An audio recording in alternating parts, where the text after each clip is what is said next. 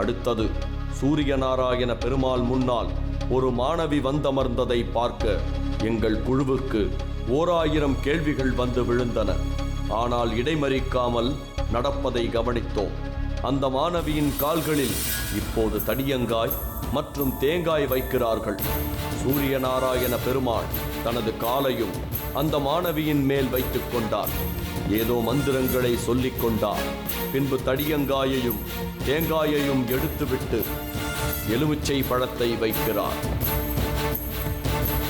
பின்பு தனக்கு பின்னால் இருந்த வாழைப்பழத்தை எடுத்து சிறுமியின் காலில் வைத்து ஏதோ ஆராய்கிறார். மாணவியை பார்த்து வலி குறைந்திருக்கின்றதா என்று கேட்டார். வலி குறைந்திருப்பதாக பதில் வருகிறது. நாங்கள் அந்த பெண்ணை அழைத்துக் கொண்டு வந்த அவரின் உறவினர் குணசேகரனிடம் பேசினோம். இந்த மாணவிக்கு தூத்துக்குடிதான் சொந்த ஊர். 11வது படிக்கும் போது கால் முட்டியில் வலி ஏற்பட்டிருக்கிறது. ஆரம்பத்தில் கவனிக்காமல் விட்டுவிட்டதால் ஒரு கட்டத்தில் கால் நடக்க முடியாத அளவிற்கு வலி அதிகரித்திருக்கிறது. மருத்துவரை நாடியிருக்கிறார்கள். பரிதாபம், அவருக்கு கால் முட்டியில் கேன்சர் இருப்பது தெரிய வந்திருக்கிறது. மருத்துவர்கள் ஒரு காலை நீக்கக்கூடிய நிலை இருப்பதாக சொல்லி இருக்கிறார்கள்.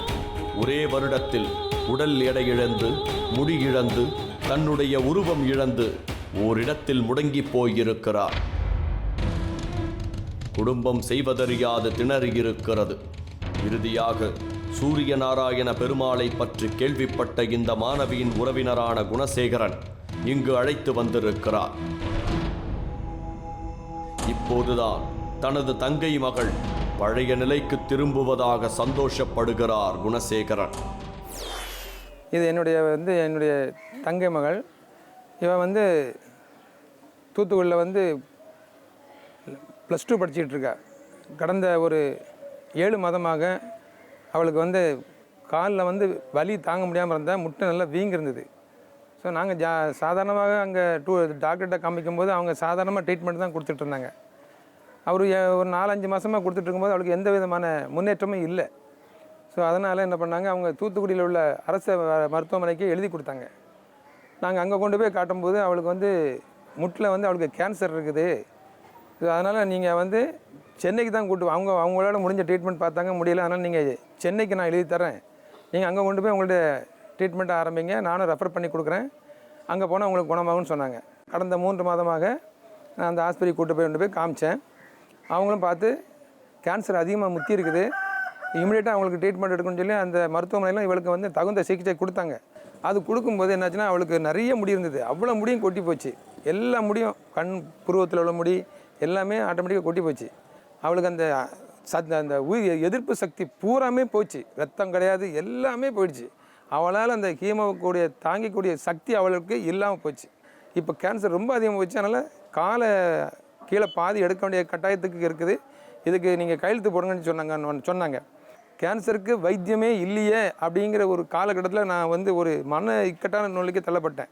திடீர்னு ஒருத்தர் சொன்னார், நான் இந்த மாதிரி சொன்னேன், இந்த மாதிரி பிள்ளைக்கு கேன்சருக்கு ஆள் எடுக்கிற சொல்லும்போது அவங்க சொன்னாங்க, திருமலை வாயில் பக்கத்தில் 7 நாராயணசாமி பெருமாள் அவதாரத்தை பெற்ற சூரிய சந்திர பொன்சாமி பெருமாளுடைய பவர் அங்கே இருக்கு. இந்த ஐயனார் ஆலயத்தில் தன்னை துன்புறுத்தியவர்கள் அல்லது தனக்கு கேடு விளைவித்தவர்களுக்கு தண்டனை அளிக்குமாறு வெவ்வேறு பெயர்களில் மனு கொடுப்பதாகவும் அந்த மனுக்களுக்கு படிமனு மற்றும் ராஜமனு என்று கூறப்படுகிறது. இதனை பற்றி தொடர்ந்து நிகழ்ச்சியில் பார்க்கலாம். பாதிக்கப்பட்ட நபர்கள் தங்களால் தட்டி கேட்க முடியாத எதிரிகளை பற்றி புகார் கூறவும் அவர்களுக்கு தகுந்த தண்டனை கிடைக்க வேண்டும் என்றுதான் பெரும்பாலான ஆட்கள் இங்கு பல வினோதமான வழிபாடுகளை செய்கிறார்கள். தனது கோரிக்கையை படிமனு மற்றும் ராஜமனு என்று 2 விதமாக எழுதி வைக்கிறார்கள். அதில் படிமனு என்பது நமது எதிரிக்கு உடனடியாக தண்டனை கிடைக்கச் செய்வது.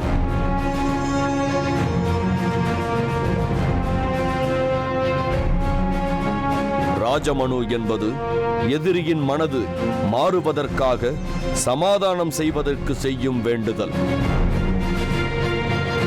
நம்மை தாக்கிய எதிரியின் கை கால்கள் முறிந்துவிட வேண்டும் என்று ஆக்ரோஷத்துடன் இந்த கோயில் வளாகத்தில் உள்ள மணலை ஒரு படி எடுத்து குதிரை சிலையின் காலின் அருகில் வைத்து விட்டால் போதுமா? எதிரிக்கு உறுதியாக தண்டனை கிடைத்து விடுமா? அதுவும் ஒரு குறிப்பிட்ட நாட்களுக்குள் எதிரி தண்டிக்கப்படுவார்களாம். தனக்கு துரோகம் இழைத்த, கேடுகள் நிகழ்த்திய, நம்மால் எதிர்த்து கேட்க முடியாத எதிரிகளை பழிவாங்குவதற்காகவும் எதிரிக்கு தண்டனை கொடுக்கும்படி ஐயனாரை வேண்டிவிட்டு செல்வதையும் நம்மால் பார்க்க முடிந்தது. அதாவது ஒரு பொருள் காணா போயிட்டு அவங்களுக்கு முக்கியமான ஒரு தேவைகள், அதாவது ஒரு குடும்பத்தில் பிரச்சனை போன்ற எல்லா விதமான சங்கடங்கள், மன சங்கடங்கள், இதெல்லாம் ரொம்ப தீர்க்கறதுக்காக கோரிக்கை மனு அப்படின்னு படி எழுதி கட்டுறது அப்படின்னு சொல்லுவாங்க. அந்த கோரிக்கை மனு அப்படிங்கிறத இந்த கோயிலில் ஆண்டாண்டு காலமாக செஞ்சு விடுறாங்க எங்கள் அப்பா காலத்துலேருந்து. அந்த கோரிக்கையில் எல்லா கோரிக்கையுமே நடைபெற்று மறுபடியும் நம்ம இந்த காரியங்கள்லாம் எனக்கு நடந்து போச்சு, இந்த ரொம்ப சந்தோஷமான முறையில் வாபஸ் பெற்றுக்கிறாங்க. அப்பேற்பட்ட ரொம்ப விசேஷமாக உள்ளது. பக்தர்களுக்கு வேண்டிய வரத்தையும் கொடுத்துட்டு வராங்க. இந்த கோயில்லையும் மாதம் மாதம் பௌர்ணமி ஹோமங்கிறது ரொம்ப சிறப்பாக நடைபெறுறது ரொம்ப காலமாக. அதில் என்ன அப்படின்னா, இதுமாரி திருமண தடைகள், வியாபாரத்தில் இதுமாரி குறைச்சலாக இருக்குது, இதுமாரி வியாபார நஷ்டம், இதேமாரி பொண்ணு கிடைக்கல, குழந்தை வரம், இதேமாரி எல்லா வரத்தையும் தீர்த்து இந்த ஹோமத்தில் கலந்துக்கிறவருக்கு அவ்வளோ ஒரு சௌரியத்தெல்லாம் இந்த ஆண்டவன் கொடுத்துட்டு வராங்க. மிளகாயை வைத்து கொளுத்தும் வழக்கமும் இங்கு இருக்கிறது. இந்த வேண்டுதல்களை மாடன் சிலை அருகிலும் குதிரை சிலைகளின் அருகில் மட்டும்தான் செய்யப்படுகின்றது. சுமார் 500 ஆண்டுகளுக்கு முந்தைய கோயில் இது என்று குறிப்பிட்டார் சாமிநாத குருக்கள். ராஜா போன்ற பார்வை இருக்கும் என்பதால் தான் சேவராஜமூர்த்தி ஐயனார் என்று பெயர் வந்ததன் காரணத்தை பகிர்ந்து கொண்டார் குருக்கள். மூலவராக காட்சியளிக்கும் ஐயனாருக்கு இரு பக்கத்திலும் 2 அம்மன்களின் சிலையும் சேர்ந்தே காணப்பட்டது. இங்கு கோரிக்கை மனு என்று ஒரு வேண்டுதலும் செய்யப்படுகிறது. முக்கியமான பொருட்கள் காணாமல் போனால் அது கிடைப்பதற்கும் குடும்பத்தில் ஏற்படும் பிரச்சனைகள் தீர்வதற்கும் இந்த கோரிக்கை மனு வைக்கப்படுகிறது. கோரிக்கை மனு வைக்க வரும் பக்தர்கள் ஒரு வெள்ளை பேப்பரில் அங்கேயே அமர்ந்து தனது கோரிக்கையை எழுதி குருக்களிடம் கொடுக்கிறார்கள். அந்த கோரிக்கை பேப்பரை ஐயனார் சிலை மீது வைத்து கற்பூரம் காட்டுகிறார் குருக்கள். தங்களது கோரிக்கை நிறைவேறிய பின்பு மீண்டும் இங்கு வரும் பக்தர்கள் ஐயனாரை வேண்டிவிட்டு கோரிக்கையை வாபஸ் பெற்றுக் கொள்வதை ஒரு ஐதீகமாக கடைபிடிக்கிறார்கள்.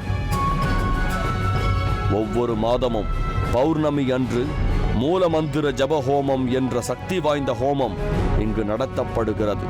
இந்த சக்தி வாய்ந்த மந்திரத்தை ஜபித்தால் ஐயனார் அந்த இடத்திற்கு வந்து விடுவார் என்று நம்பப்படுகிறது. நமது கோரிக்கையை நினைத்துக் கொண்டு இந்த மூலமந்திர ஜபஹோமத்தில் கலந்து கொண்டால் கண்டிப்பாக நிறைவேறிவிடுமா?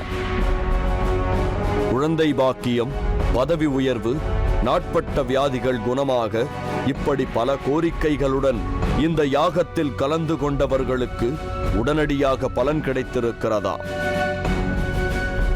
கோரிக்கை சீட்டு எழுதி வைத்து பலன் பெற்றவர்களின் பட்டியல் மிகவும் நீளமானதாக இருப்பதால் அதில் ஒரு சில சம்பவங்களை மட்டும் நம்மிடம் பகிர்ந்து கொண்டார் கோயில் குருக்கள்.